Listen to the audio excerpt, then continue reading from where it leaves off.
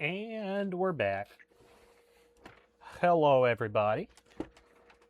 Everybody who's here. I see we have someone here. Hello to you. How's it going?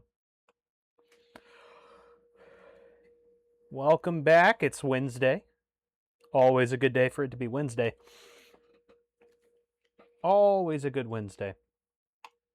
That was decided I'd try out some new starting soon music. I was Christopher Hawthorne, guy I discovered a few years back. In what was it? Oh yeah, he did some music for there's a Destiny 2 YouTuber who had him write a song for one of his videos, and that's how I discovered him back in like 2021. And he has been my most listened to artist since then. Mainly because, his music is fantastic, but it's really great to listen to actively, but it is fantastic background music. It's great sleeping music. So, love him. Love Christopher Hawthorne. He's a music producer out of Philly. He does soundtracks and for commercials and stuff like that. This is not an advertisement. I'm just shilling my favorite musical artist. Before we get into it, there's something funny I've noticed. So I ran a test stream earlier just to see how my frames and all that were doing, and it was terrible at the beginning. But as soon as I open up Task Manager to look at my upload speed, it fixed itself, and it hasn't been perfect since, but it's been a whole lot better. I don't know if my upload speed thinks I'm threatening it or something with Task Manager. It's like a watch pot never boils, and a watched upload speed doesn't drop as much, I guess. I guess that's what I'm going. That's my story, and I am sticking with it.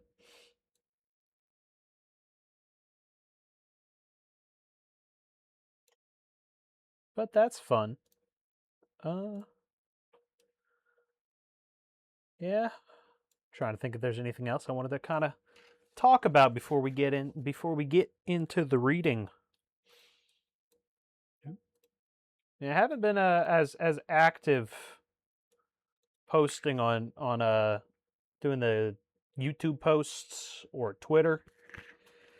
Started a new job, and I actually have responsibility now, which is good. They pay me more, but I have less time to do research and come up with Twitter posts and whatnot.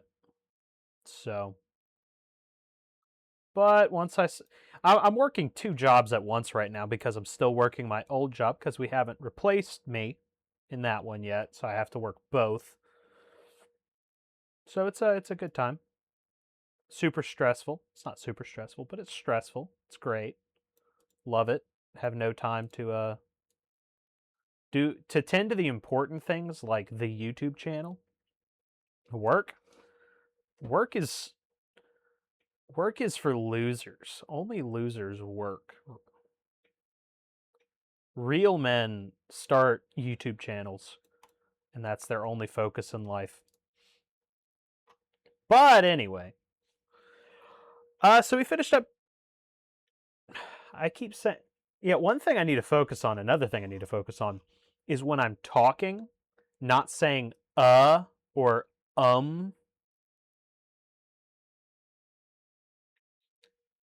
I noticed last on Friday I had there's a few sections of that stream where I was actively trying not to say and stopping my sentences and saying and it makes you think about what you're saying a lot more, which is good, because if you're thinking about what you're saying, you're not going to say something stupid. And if you do, then it's just over. So that's something I will be focusing on. The stuttering, everybody stutters a little bit, but I'm going to be focusing on not saying nearly as much. So we finished up chapter 2, and we started chapter 3, the Clash of Cultures. We dealt a good bit more with specific figures in the Empire. The second chapter was about the barbarians, the beginnings of their invasions, and how the barbarians as a whole interacted with the Roman Empire. This is about a few more specific sections of barbarians, sometimes specific barbarians. For instance, the Magistri Militum. These were the barbarian generals who had authority in the Roman Empire. They were basically the field marshals, the heads of the military. And so this chapter dealt a lot with them. Specifically, specifically there was Constantius, talks a little bit about him. Stilicho, I think they talk a little bit about. Odoacer Theoderic II. Or was that the chapter before? Arcadius and Honorius. The generals and the kings who they serve. It's the Clash of Cultures. So it is highlighting the differences between the powerful Goths in the Empire, the powerful Germanic barbarians, and their Roman counterparts. Or I should say, the Roman emperors and kings and their German counterparts. Getting that a little topsy-turvy. So we left off Childeric and his son Clovis, the waging of war of the Franks against what would end up being the Frankish kingdoms, the Burgundians and some Goths. Specifically, the Visigoths. Alaric II. This forces the Visigoths into Spain, even more so into Spain.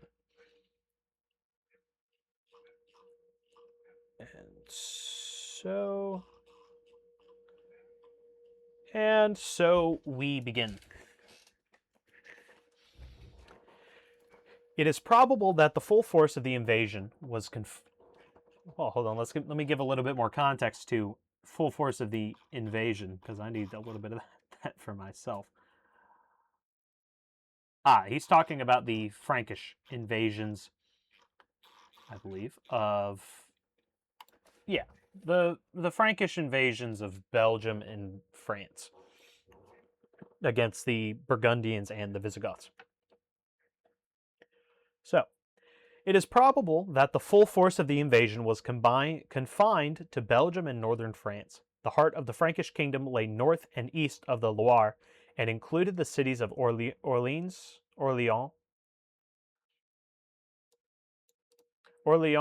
Paris, Reims, Soissons, Cambrai, and Cologne.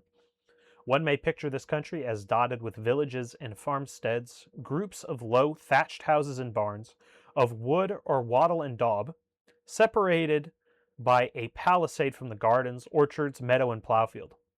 Practically all our modern meats, fruits, and vegetables were known, as we see from the treatise on diet, which Anthimus, a Byzantine doctor, composed for Clovis, to whom he had been sent by Theoderic the Great. Bacon and hard-boiled eggs are favorite dishes. Clovis is bacon and boiled egg pilled, as the young'uns would say. I'm more of a fried egg man myself. Boiled eggs aren't bad, but fried eggs are superior. The latter are not recommended. Really? Anthem, oh, he's a Greek. He doesn't know what he's talking about. He doesn't know anything about food. A Byzantine doctor, a Greek, is going to tell a Frank about food? Yeah, don't eat boiled eggs. The latter, fresh cheese is good, but a man who eats it when old and hard needs no other poison. This guy's an idiot. Cheese is a poison? That sounds like a person who never developed the bacteria to eat lactose. That sounds like a Greek weirdo who grew up eating olive oil. Doesn't know what butter is. A weak man. A lactose intolerant Greek femboy. Fish, poultry, and game, meat garnished with vegetables, sauces of wine and honey, preparations of milk, beer, and meat are mentioned. Agriculture had made progress. Besides hand querns, big ox-driven mills were used, and the Roman watermill was becoming known. There was little commerce in this region. Foreign imports were confined to luxuries such as ivories, jewels, cloves, pepper, dates, and figs. The ruling class lived mainly in the country. Over the narrow streets of the walled towns, the bishops held sway and gave staunch support to Clovis's regime. In return, rich gifts were made to the church. Clovis and his sons built abbeys in Paris. Nicetius, bishop of Treves, was able to bring Italian workmen to restore somewhat shoddily the old basilican church. Limestone pillars, their capitals carved with masks, replaced the Corinthian columns of granite, which had burst when the city was burnt by the Franks. That is what these are showing, I believe. Might be left over from this, but Merovingian sculptures. These are the Merovingians were Clovis's people. These were his descendants, the kings who descended from him. Carolingian architecture. The Carolingians are not descended from Clovis. Carolingians are named after Charlemagne. Charlemagne is descended from Charles Martel and Pepin the First.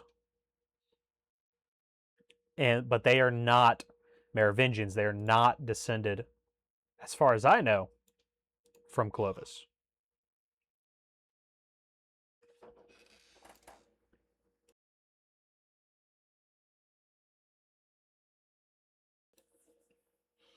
Soft cheese is peak.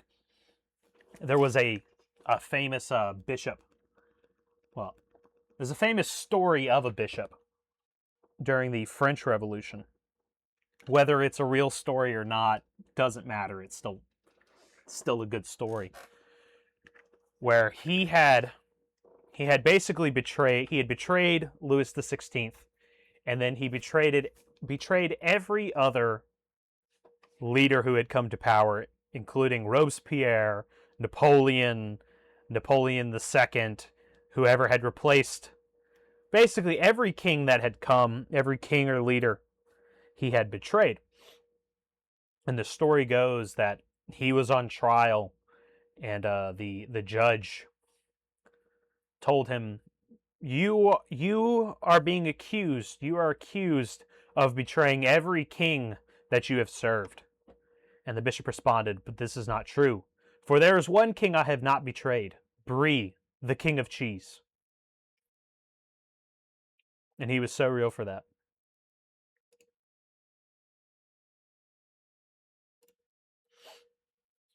Walls were painted to imitate the former marble facing. Other churches, however, were resplendent with mosaic, gilding, and stained glass. In 470, the basilica which covered the tomb of St. Martin of Tours, a famous center of pilgrimage, was rebuilt with a hemicyclic choir modeled on the pilgrim shrines of the East, such as the Holy Sepulchre at Jerusalem. This form was to develop into the chevets of the Romanesque and Gothic cathedrals of France. Eastern influence with that of the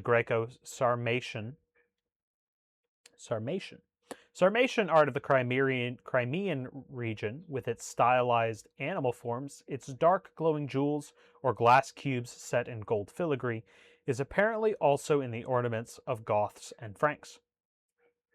What is a Sarmatian?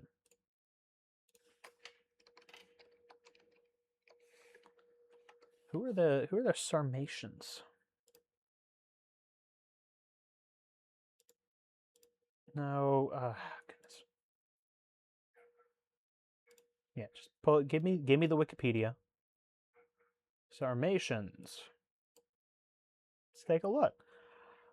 Large Iranian equestrian nomadic people who dominated the Pontic steppe. What is a Pontic steppe? Aha. So the North Greece. No, this is Greece. I am. uh, hmm. Interesting.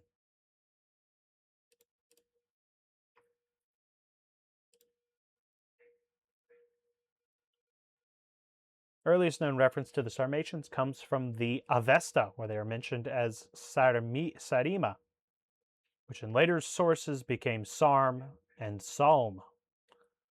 Originating in the central parts of the Eurasian steppes, the Sarmatians formed part of the wider Scythian cultures. Okay, so the Scythians, that makes sense. Yeah, the Scythians were enemies of Greece around the Black Sea and all of this area. Okay, that makes sense. Greco-Scythian kind of.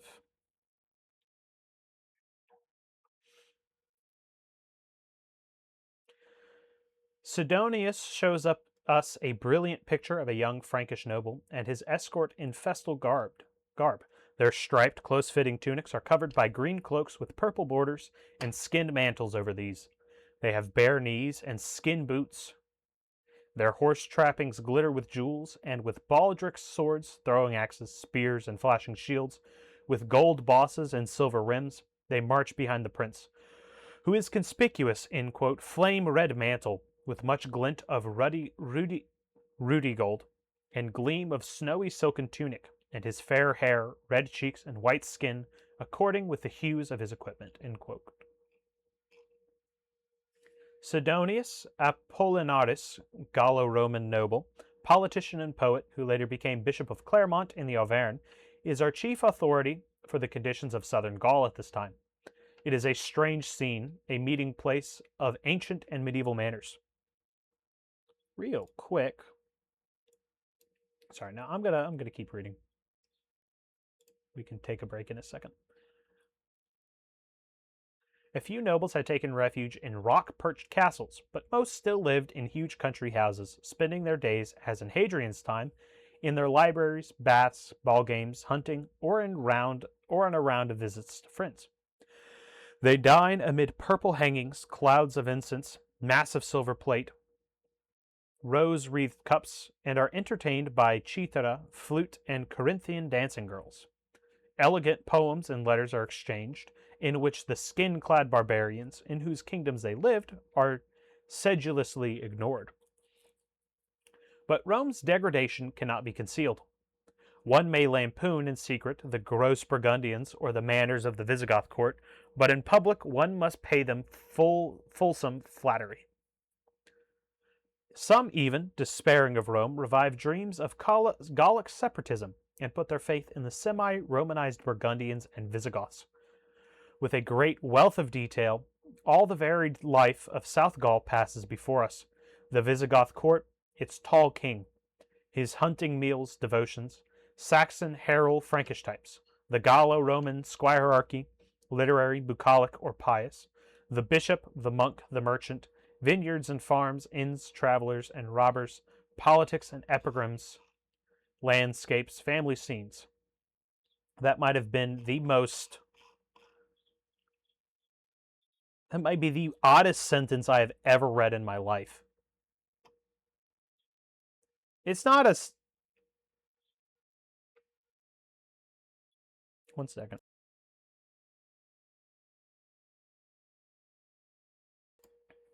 Had to sneeze. Yeah, this might be the weirdest run-on sentence I've ever read. What are you saying here? The varied life of South Gaul passes before us. The Visigoth court, its tall king, his hunting, meals, devotion. Can we have some with its tall king, Saxon herald, and Frankish types? There's no. I'm blanking on the English term. Squirearchy is a funny word. It's like if it's squirrel. It's the king squirrels.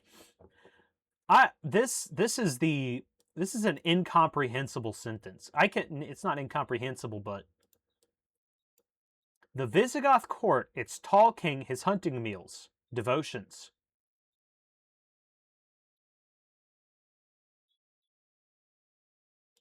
Semicolon. Saxon herald Frankish types. Semicolon.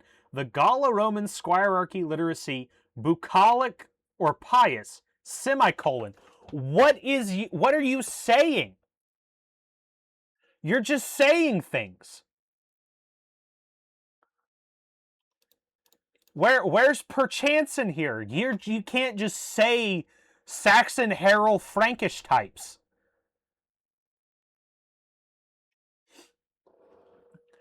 I'm moving past, or I will just spend the rest of the night yelling at this sentence. And then he ends it, vineyards and farms ends. So he says, with a great wealth of detail, all the varied life of South Gaul passes before us. Then he just starts saying things, and then says, Sidonius did not live to see the conquests of Clovis, but it is probable from other evidence that they did not produce radical change here. I feel like this would make more sense if he had said it before the list.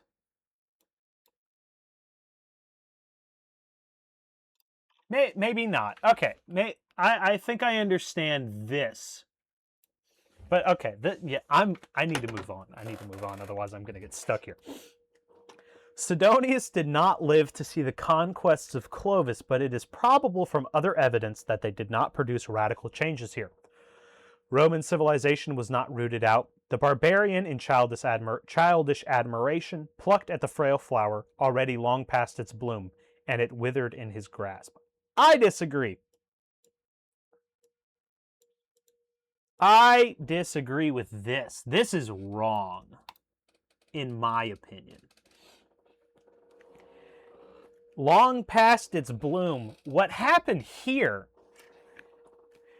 is the Frankish Empire took a cutting of the frail flower and they replanted it, and they grafted it onto another plant, and they made it something new and something as beautiful, if not more, because it was Catholic.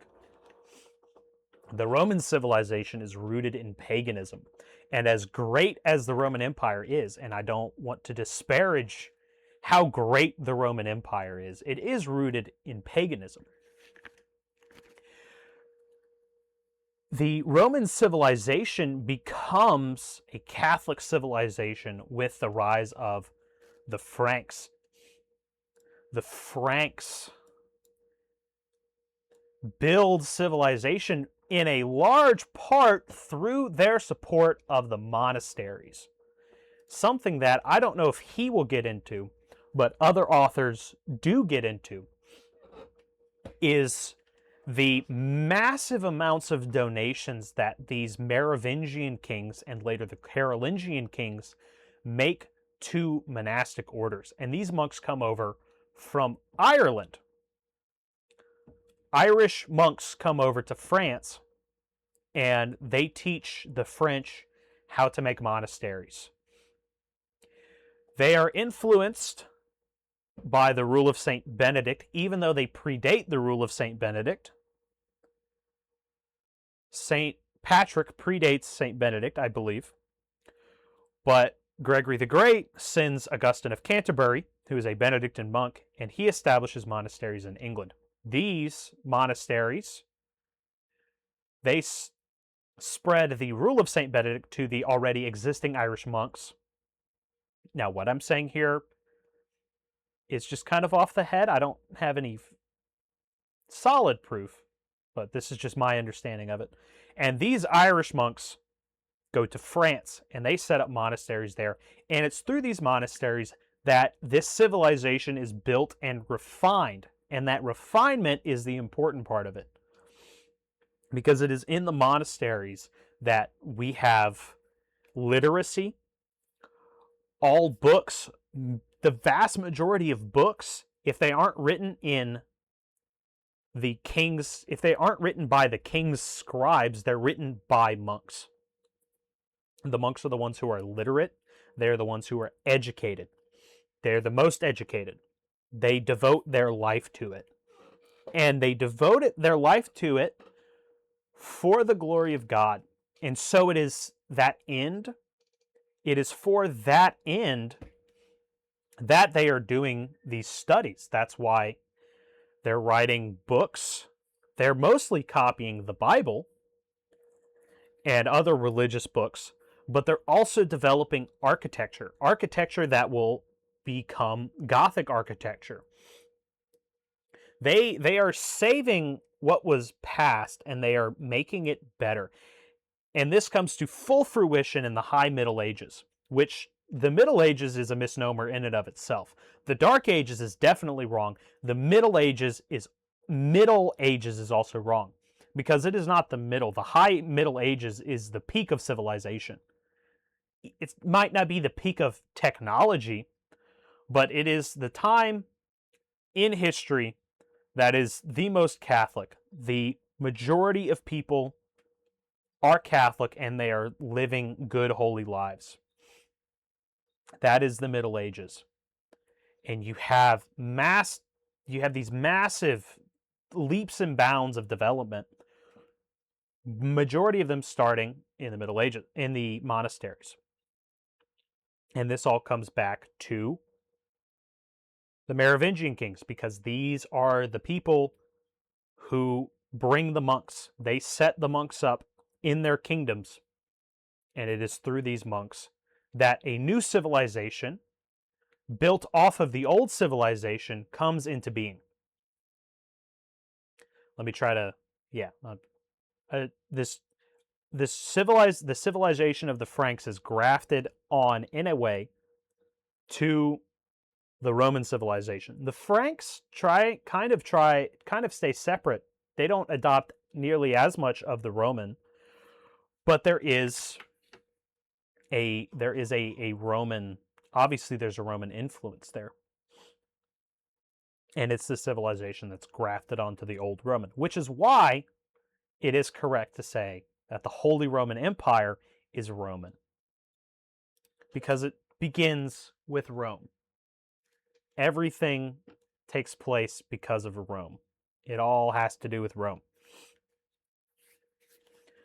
And so I disagree with this. I don't think it withers in the grasp of the barbarians. I think the barbarians, they don't perfect it immediately, but it definitely creates something better. Something that is truly Catholic, something that is built towards the right end, towards the end of salvation of souls.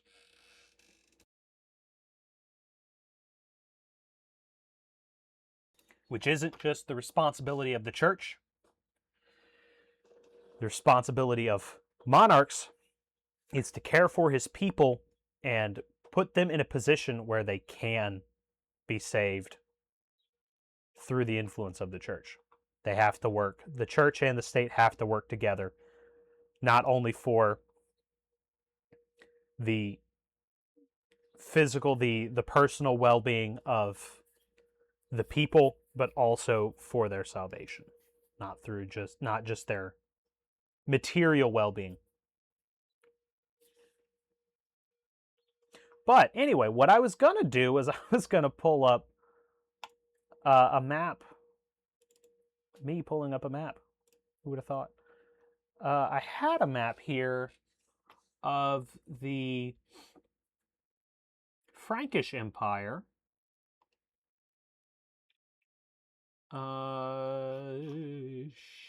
Sheesh. My map game is lacking. Hold on, I know where to find one.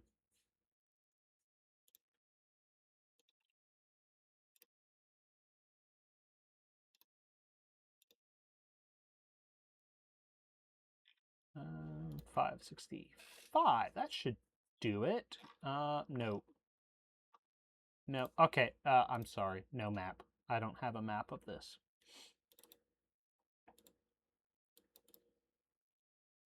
Well, actually, hold on. Haha. I knew my map game wouldn't fail me. I knew just finding tons and tons of maps would not fail me. It's blurry, but you can still kind of see it.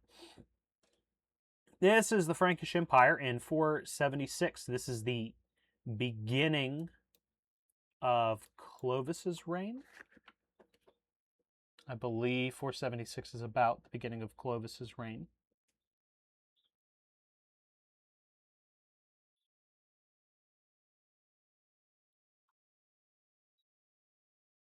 No, this is Childeric.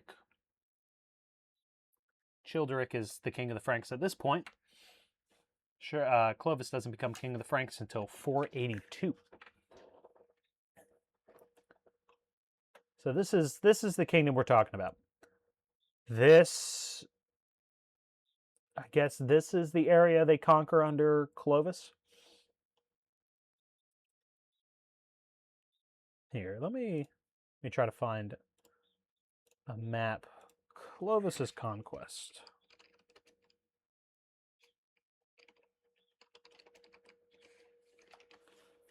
Let's find a map.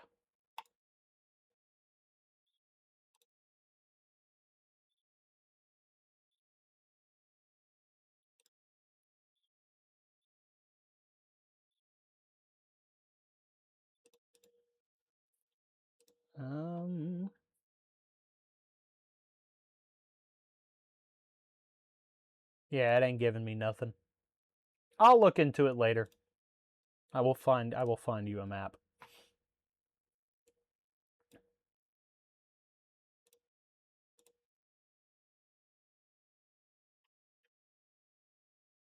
Okay. So the Italian kingdom of Theoderic stands apart from those of the other German rulers. It is a unique attempt to use the system of a hospitium to preserve Roman civilization in Tyre. My kingdom, he wrote to the Emperor Anastasius, is an imitation of yours. His own position was anomalous. He was king of his own followers, Ostrogoth and others.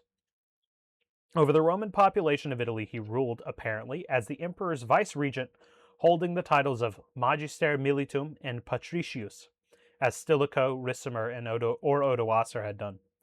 Theoderic avoided an explicit statement of this position.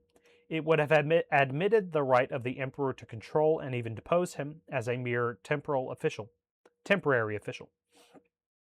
But he acted in accordance with the theory. He struck no coins in his own name. His laws were edicta, applicable only to the Italian provinces. The emperor alone might place his head upon the coins and make leges which held good throughout the empire. The Roman civil service remained intact. At the court were no seneschals or marshals, but praetorian prefect, magister officiorum, and the rest. The Senate continued to sit at Rome and was specially honored by Theoderic. The provinces were governed and taxed as before by Roman officials. There was a deep cleft between Goth and Roman, military and civil. Intermarriage was forbidden. The two sections met only at the top in the person of Theoderic, who was himself a Roman citizen, though he could not confer this status on another. The Goths were subject to district comites, as in the other German kingdoms. New officials, the Saiones, were created to protect the Romans from oppression by Goths and inquire into abuses as the agentes in the rebus had formerly done. The Edict of Theoderic gives a clear picture of his policy.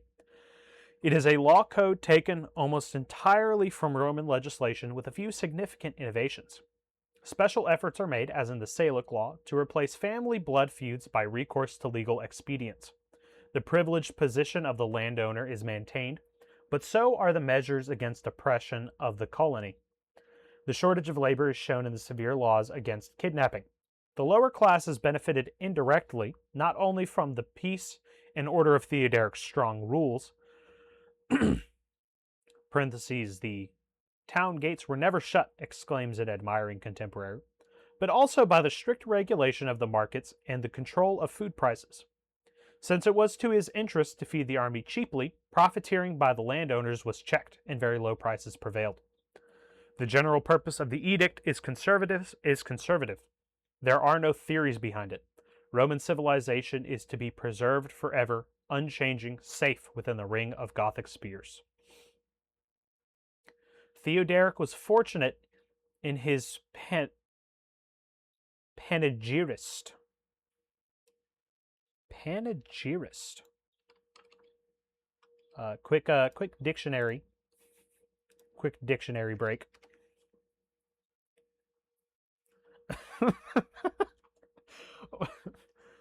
That's a great definition. A panegyrist, one who writes or delivers panegyrics. That is incredible. And a panegyric is a eulogy. Thank you. Theoderic was fortunate in his panegyrist, Cassiodorus, who presents his master's policy in rolling phrases, which, though absurdly grandiose and pedantic, achieve occasionally a real eloquence and display always a generous and honest spirit. But the measures speak for themselves. Taxes were remitted, Roman citizens ransomed from the Burgundian raiders.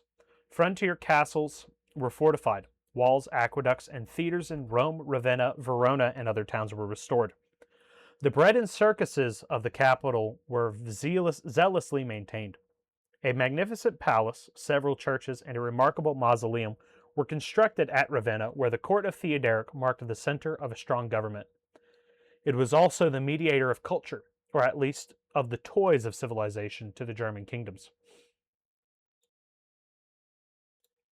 Gundobad of Burgundy received a water clock, while to Clovis were sent, with suitable compliments, a musician and a Byzantine doctor.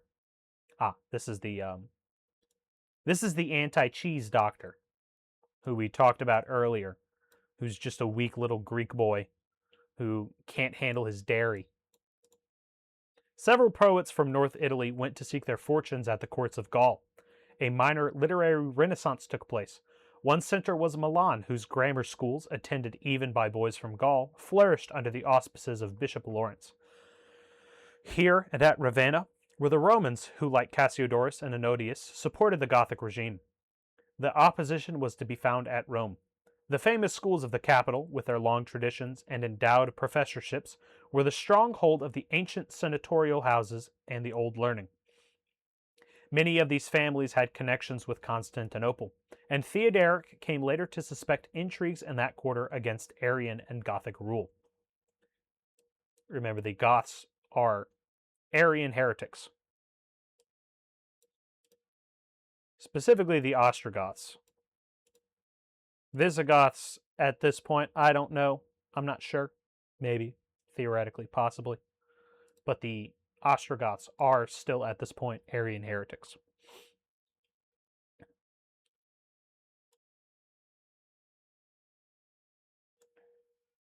It's these Greeks, man. They spend all their life drinking olive oil, and they don't even know what dairy is. Oh, you got feta cheese? Yeah, feta cheese is great. That's the only cheese you got? Weak. The greatest name here is Boethius, one of those rare figures who sum up in themselves all the knowledge of their time. Scientist, theologian, philosopher, and poet, he was consul at the age of 30 and performed important services for Theoderic. but perhaps he represents his age most truly in the contrast between the appearance and the reality of his position. In a spiteful epigram on Boethius girt with a sword, Ennodius brings out the inner contradiction between the high claims of the Roman party and the hard actuality of Gothic supremacy in arms. And in his writings, Boethius, master of the Quadrivium, the realist commentator on Aristotle and Porphyry, the lover.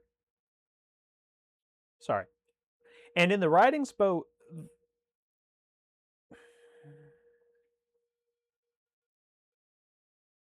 on. Let me. I'm not a smart man. Let me decipher this sentence real quick. And in his writings, Boethius, master of the Quadrivium, the realist commentator.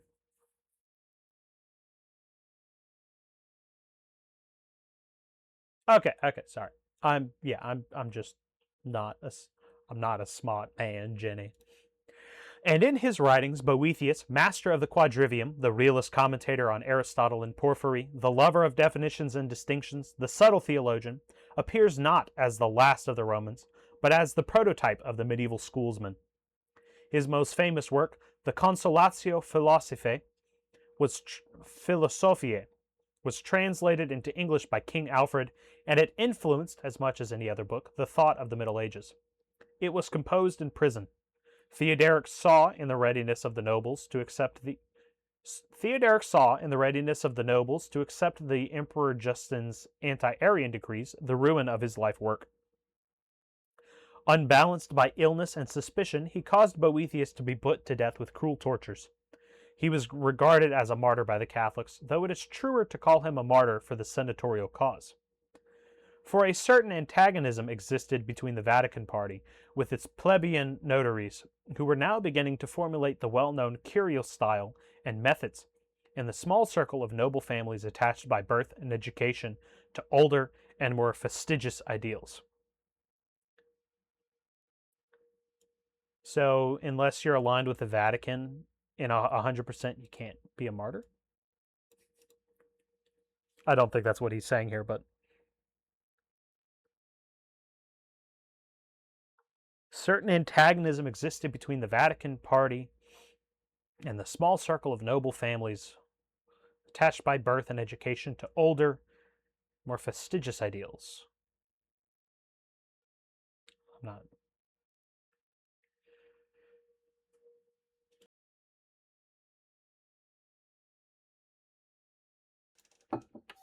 Be drinking sometimes. Sometimes you just got to drink some water. Oh, that's a crazy idea, right? But the foreign policy of Theodoric falls into two periods. The division is marked by the rise of Clovis. His first plan was to secure the Italian frontiers by a series of alliances with the German kingdoms of the West. These Arian, barbaric powers had common problems in their Orthodox Roman subjects and their relations with their nominal overlord, the emperor. Theodoric's aim was to preserve a balance of power among these rulers and to act as a mediator between them and Constantinople. In this way, he could assure himself the hegemony, of the German kingdoms, and, while making himself useful to the emperor, form a solid resistance to any orthodox or imperial schemes for reconquista which might be brewing at Byzantium. He had not forgotten the fall of his predecessor Odoacer. Accordingly, he himself wedded the sister of Clovis. One of his daughters was given to Alaric II, the Visigoth king, another to Sigismund, Prince of Burgundy. R.I.P. Alaric, who is killed by Clovis, probably not too long after that.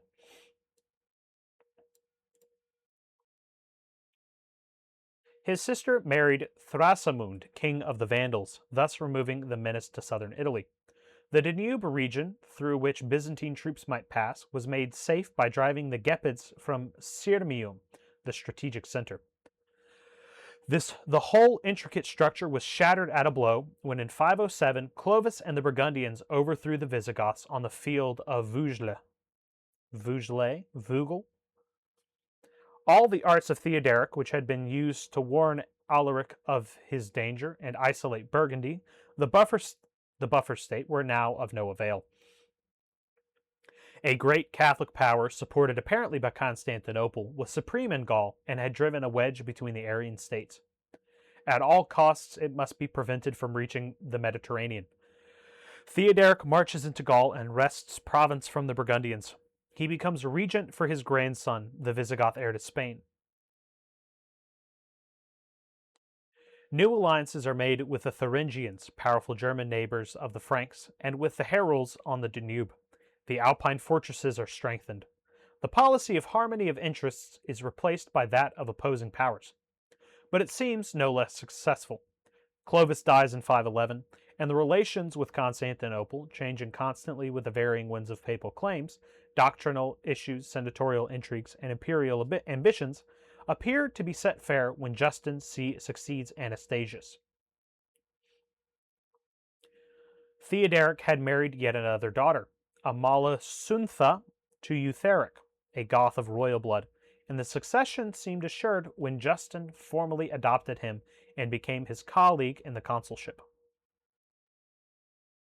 Cassiodorus ends his chronicle with the gay festivities with which the occasion was celebrated in Rome. Yet before Theoderic died, storm clouds had gathered on the horizon.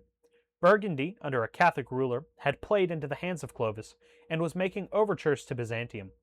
The conflict of Frank and Ostrogoth drew nearer as the buffer state weakened. The Heruls were now federati of the empire and menaced the northeast frontier. The Vandals, a far more dangerous foe, had become hostile.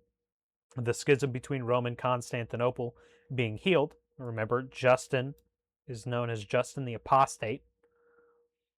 He is I forget which heresy he promulgates, but it causes division, surprise, surprise, between Constantinople and Rome. And the Pope has to figure it out.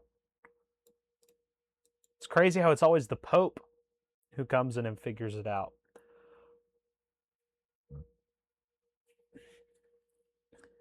Pope always comes in and tells the Patriarch of Constantinople how it goes. It's never the other way around. It's almost like the Pope can't be a heretic, and the Patriarch is just a servant of the Emperor and listens to him and isn't actually loyal to the Pope. The days of Ostrogothic rule were numbered, and Theoderic's ruthless measures to suppress sedition had no other effect than to set, beside the German hero of the Dietrich saga, the complementary figures of Roman folktale and hagiology. Theoderic, the monstrous persecutor, haunted by his victims at the hour of death, and hurled by their avenging hands into the volcanic fires of hell. Greek Pope ain't got no answers. Gotta be Roman Pope. Gotta be the Roman Pope.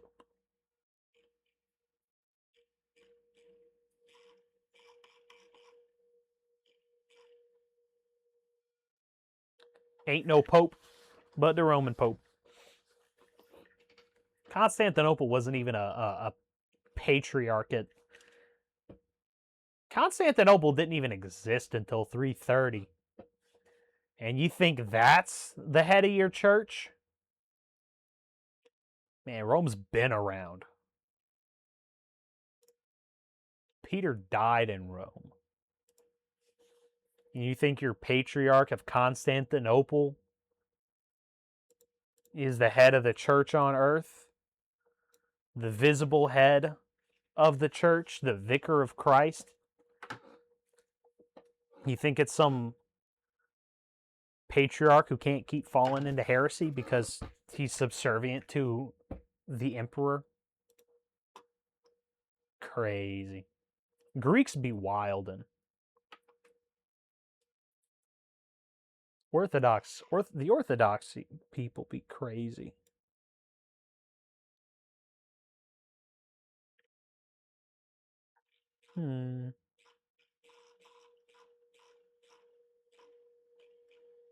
Oh, perfect. That should be a perfect amount of reading today.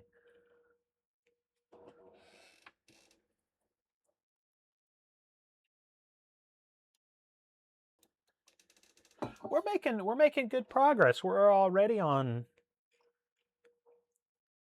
page 73. Page 73, hopefully by the end of the day, at page 80 or so. Page 80, technically, I don't know, actually, no. Hold on, let me take a break from reading for a second.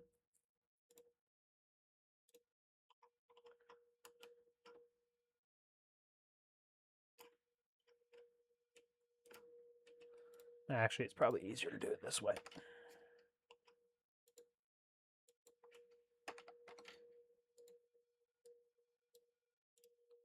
Can I type, please? Yeah, let's just go to page 1.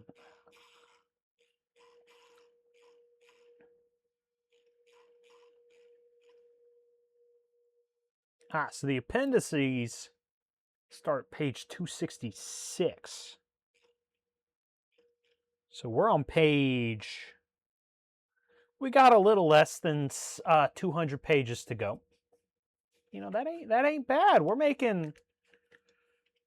making progress. And that's all that really matters, is that progress is being made. Even though some of the progress just makes no sense. I cannot get over this sentence. I need to frame this sentence.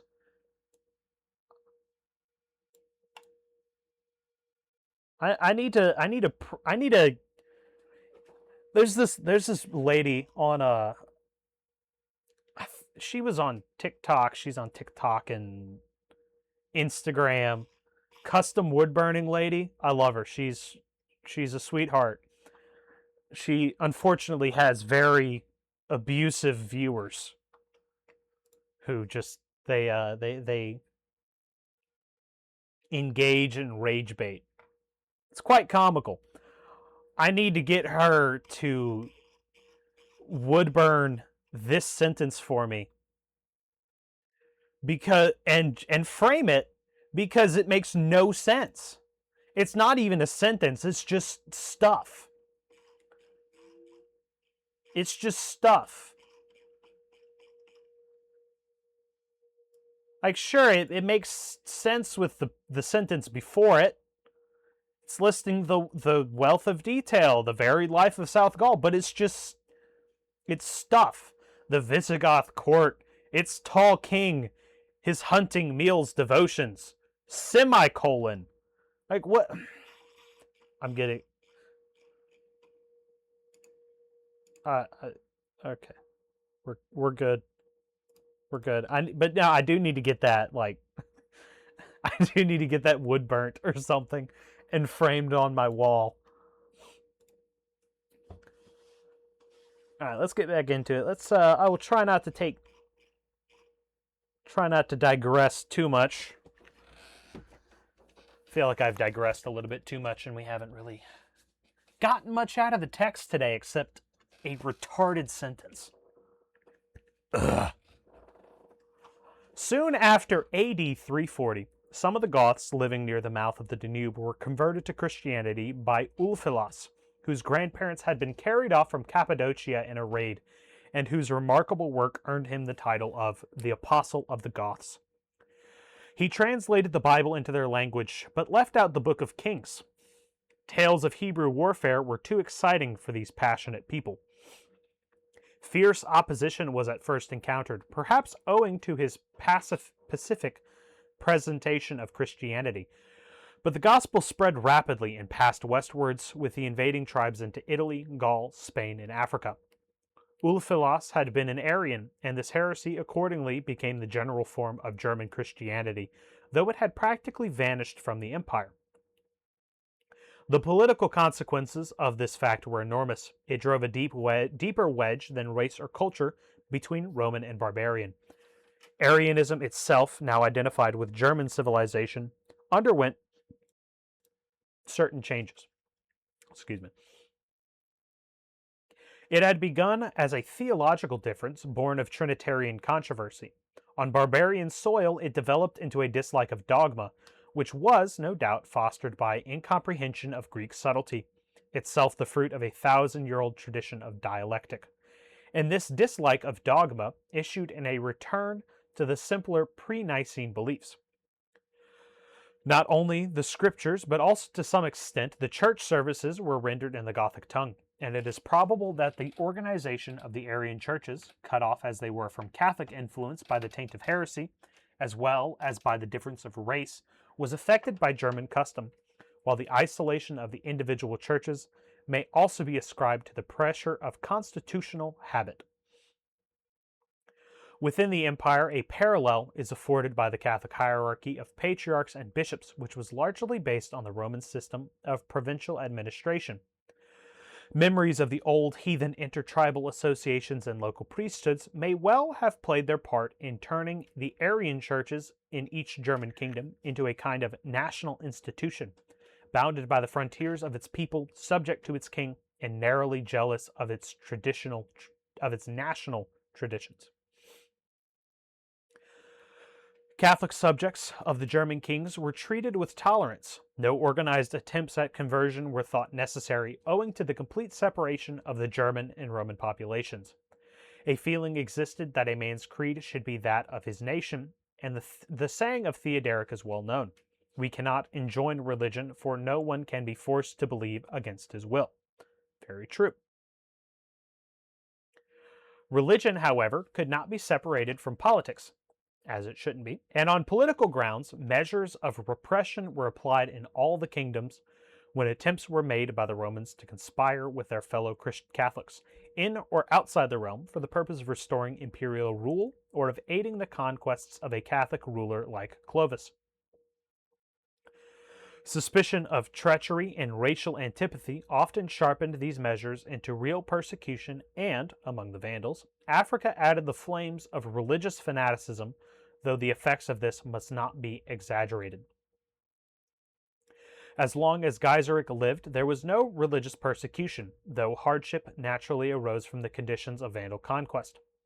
Gaiseric's aim had been to create a central nucleus of his people, grouped around Carthage, which should preserve the national character. Footnote: for similar nuclei, the Goths of Odoacer and Theodoric around Ravenna, Verona, Dietrich of Bern in the saga, is Theodoric of Verona, and the North Italian towns, the Franks in the northeast France, and the Sueves in Galicia. The neighboring Romans were therefore driven out from their properties, which became Vandal lots. The Catholic clergy were likewise expelled from the district in order that no Romanizing influence might creep in. Church property fell to the Arians. It was only in 483, under Huneric, the impossible son of Gaiseric, that systematic persecution of the Catholics, starting in the district round Carthage, spread to the whole kingdom, and for all its intensity, it ended with the king's death in the following year. Among the Visigoths, the political issue is alone considered. Euric, when extending his kingdom over Auvergne, found it necessary to imprison Sidonius, Bishop of Clermont, the leader of the Gallo-Roman aristocracy. But it was not a rigorous confinement, and the chief annoyance appears to have been the endless gossip of two old crones outside his prison window. Smoking churches and ruined grass-grown altars might mark the trail of the invaders, but after the first onset, whether Frank or Goth, the Roman population in Gaul, as elsewhere, was left undisturbed. The appearance of Clovis, a Catholic German, changed the whole order of things. The latent opposition between Arian and Catholic in the two great kingdoms of Visigoths and Burgundians now became evident. In Catholicism were centered all the traditions of Rome and her civilization. It was an international force, the last link with the imperial capitals, headed by many of the senatorial families of Gaul. In its hands lay the organization for relieving famine or poverty. Against this, the Arian national churches of a ruling minority of barbarians, with their German spirit and decentralized system, could not finally prevail.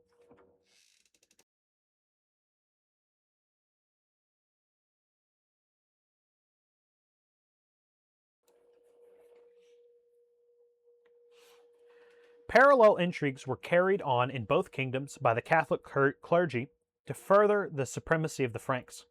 Caesarius, Bishop of Arles, scholar and statesman, played a great part in the events which centered around the famous siege of Arles, with its Visigoth garrison by the combined forces of Burgundians and Franks. Suspected of an attempt to betray the city to Burgundy, he was exiled for a time. The city was actually taken by the Ostrogoths, and Caesarius so far failed in his purpose. But after the Visigoth defeat at Vougeles, it was... I'm probably not pronouncing that right. It was only a matter of time before the whole of France acknowledged the mastery of Clovis. In Burgundy, the most important see was likewise occupied by a consummate diplomat, Avitus of Vienne. Although carrying on close correspondence with Clovis, he contrived to stand well with Gundobad, the Burgundian king, who treated him and the Catholics with great generosity. But regarding the interests of his church as supreme, Avitus did not hesitate to work for the Frankish cause. The main facts may be given. Clovis had first sought to conquer Burgundy, 500, by supporting the rebellion of Gundobad's brother. This had failed owing partly to Visigoth support of Gundobad. Avitus, however, possessed overwhelming influence at the Burgundian court, where most of the royal families were already Catholics, and Gundobad was induced to reverse his policy and join the Frankish Catholic cause, deserting the system of alliances between the German Arian kingdoms, which Theoderic the Ostrogoth had so carefully organized. This was the critical point in the downfall of Burgundy. Franks and Burgundians together overthrew the Visigoth kingdom at Vougeles, but by the intervention of Theoderic, who secured the Riviera coast, Burgundy, the cat's paw, lost almost all her increase of territory, while the Franks cynically divided the spoils with the Ostrogoths. Under the weak and pious Sigismund, Burgundy became officially Catholic, and the influence of Avitus and his fellow churchmen was supreme. When Sigismund murdered his own son, whose mother had been niece of Theoderic, an open breach with the Ostrogoths took place. The Franks at once seized the opportunity to invade Burgundy. Sigismund was defeated, and his retirement to a monastery did not save him or his family from death. They were thrown into a well by the invaders.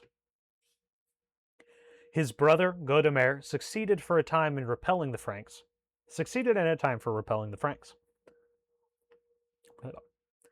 With great energy and determination, he reorganized the army and finances, checked the Catholic intrigues, and even succeeded in reversing Gundobad's disastrous orientation of Burgundian policy by allying himself with the Ostrogoths. But Theoderic was dead, and his kingdom in confusion. Visigoth power had vanished from France, and there was nothing to stay the Frankish advance. In 532, the successors of Clovis once more attacked, and, fighting to the last, Burgundy went down before the onslaught of the victorious Catholics. The efforts of Avitus and Caesarius had succeeded, and the concessions made to their Catholic subjects had not appreciably delayed the ruin of the Arian kingdoms in Gaul. The Catholic problem continued to occupy the Visigoth rulers of Spain until Recared united his subjects and secured his frontiers by adopting the Orthodox faith. In Gaul, Clovis crowned his great work by the organization of a national church, which combined the political advantages of the Arian and Catholic systems. It was controlled by the king. Its hierarchy gave valuable support to his regime. Its frontiers were coextensive with his own. The metropolitan at Arles, though acknowledged as the papal representative, was not allowed more than an honorary position. At the same time, the advantages of communication with Rome and Byzantium were assured. There was nothing to fear from Catholic intrigues, and, an important consideration, Clovis had not, like other German rulers, the Vandals especially, to guard against the submergence of national individuality by a Roman population stronger both in numbers and culture. North of the Loire, his Franks were very numerous. Fresh reservoirs of Teutonic resources were at hand across the Rhine, and with the subjection of the Alamans, the realm of Clovis received a German character, balancing the effect of the Gallo-Roman population of his latest acquisitions. The relations of Theoderic to his Catholic subjects were complicated by the conditions of the papacy, and especially by two schisms, one external and one internal, which affected his own attitude not only to the Romans but also to Constantinople. Broadly speaking, three conflicts were at work. The claim of the Pope not only to the primacy of the apostolic sees, but to universal authority in matters of dogma. The claim of the Byzantine Patriarch to equality with Rome and priority to the other patriarchates of the East. The claim of the Emperor to universal dominion. The inevitable clash of these claims resulted in schism between Rome and Constantinople, which lasted from 481 to 518. Theodoric naturally favored the breach, which had given him the support of the papacy. His influence was further increased when the papal elections produced rival candidates, each appealing to the Arian king for his support. The election of Symmachus, who was opposed to reconciliation with Byzantium, may have been due to the influence of Theodoric, but formally the choice was free, and in fact the Church enjoyed far more liberty under Theodoric than under a Clovis or Justinian. So long as the heretical Anastasius reigned, Pope and Senate were, on the whole, united in their opposition to Byzantium.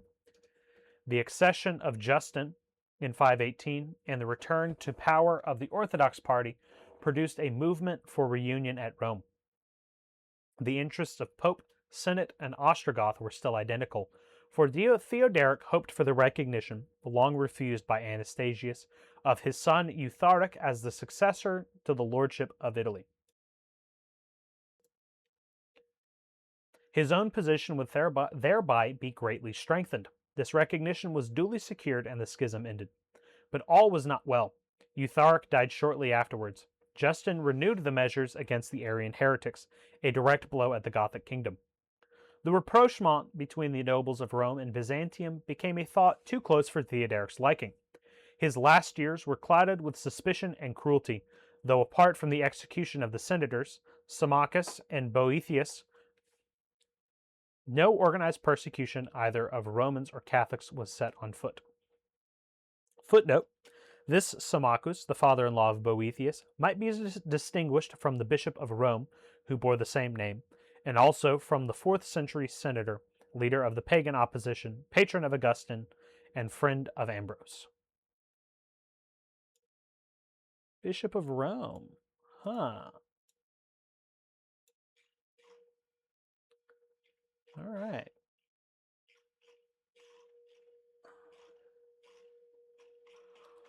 I think we're going to stop the reading there, at the very least. Ah, Justinian.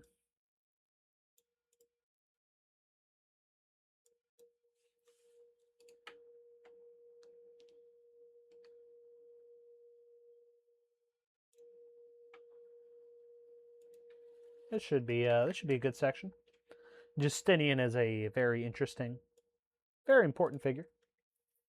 He's pretty important, you know.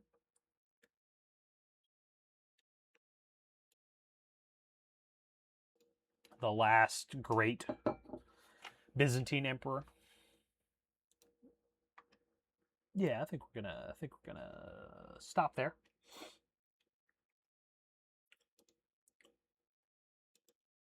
I just can't get over that sentence. It's just I'm gonna be thinking about it for days at this point. Like, how do you write a sentence like that? It's not even a sentence.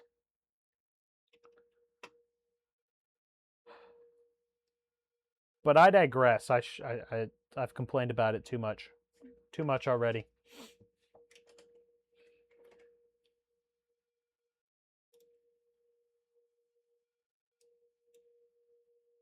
Mm-hmm.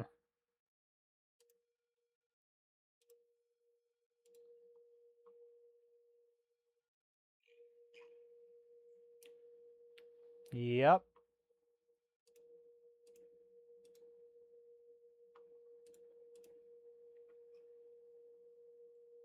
I'm blanking on any other topics of conversation I might be able to bring up. Oh yeah, still no Bobcat dead, which is unfortunate. We've been trying. Effort has been made. effort has been made to take out the bobcat.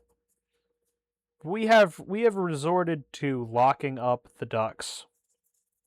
We've given them a kennel, and that is where they live now. At night, they sleep there, and they're very cute, and I love them. I love them a lot, and I would do anything for them. Almost anything. There are certain things I would not do for a duck. Yes, the duck killer. We know he killed probably two of them. One of them was probably, the other one was probably killed by coyotes. But two of them were definitely killed by a bobcat. Which makes me angry.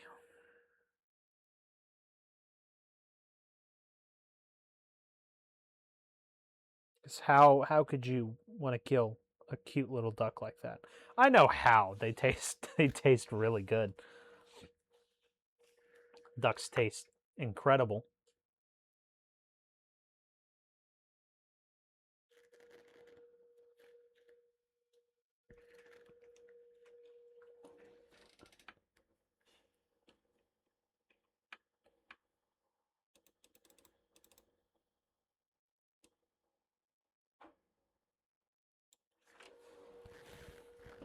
Yeah, kiss them on their little beaks.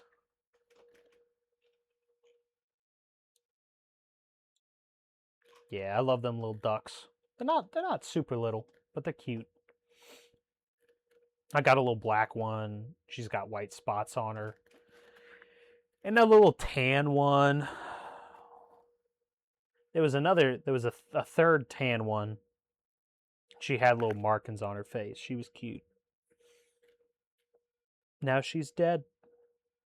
There's nothing I can do about it. Except cry.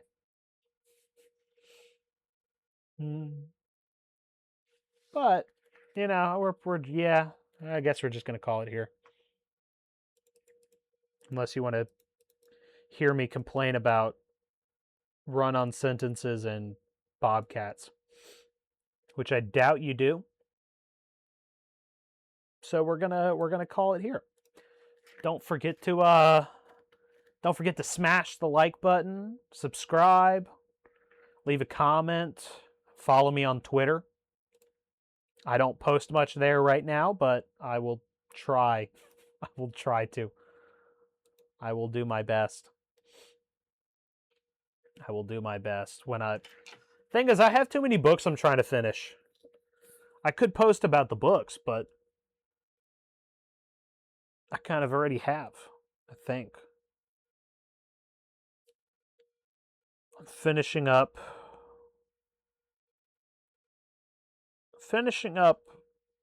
oh, what's it called? Empires of the Sea, Roger Crowley. I'm finishing that book up. Just got through the Battle of Lepanto, so he's only got a couple chapters after that. After that, I'm going to finish up the Oblate Heisman's book. Then after that, I think I'm caught up with all the books that I've started.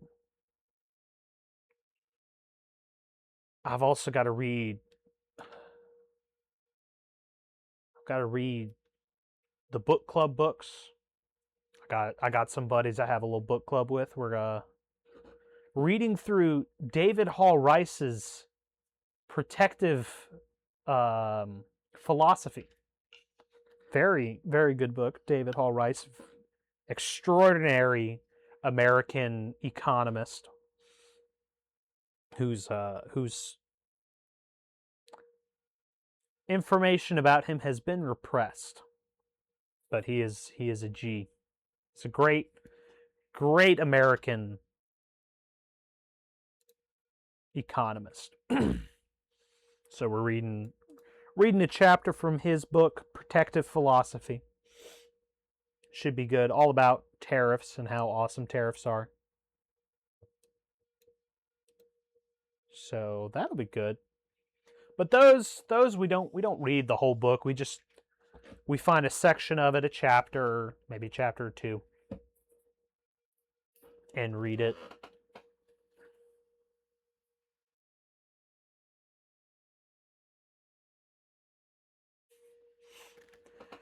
Yeah, we read a chapter or two, meet and discuss it, and then we figure out what we're going to read next.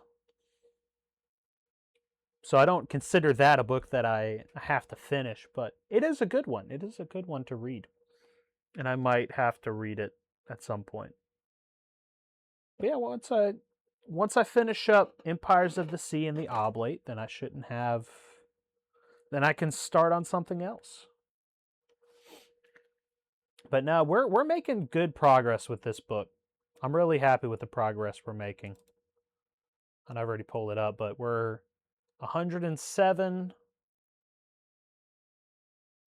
Of the PDF. In the book, we're on page 79. But in the PDF itself, page 107 of 355. I think 266 in the book is where the 266 in the book is where the appendix starts. Right here. That's page 301 or 302. So we've got several of these pages are just these pictures like these. This takes up 2 pages, so that it's 2 pages in the PDF. So we've got about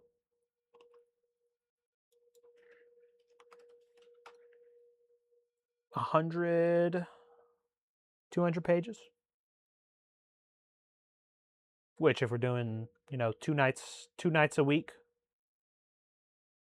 that's more than enough time to get it done in a year. Yeah, I'm very happy with the progress we're making.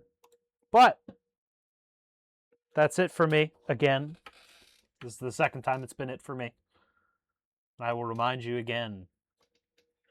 Smash the like button, subscribe, leave a comment. Let me know what you think. Follow me on Twitter, if you wouldn't mind. And have a good night.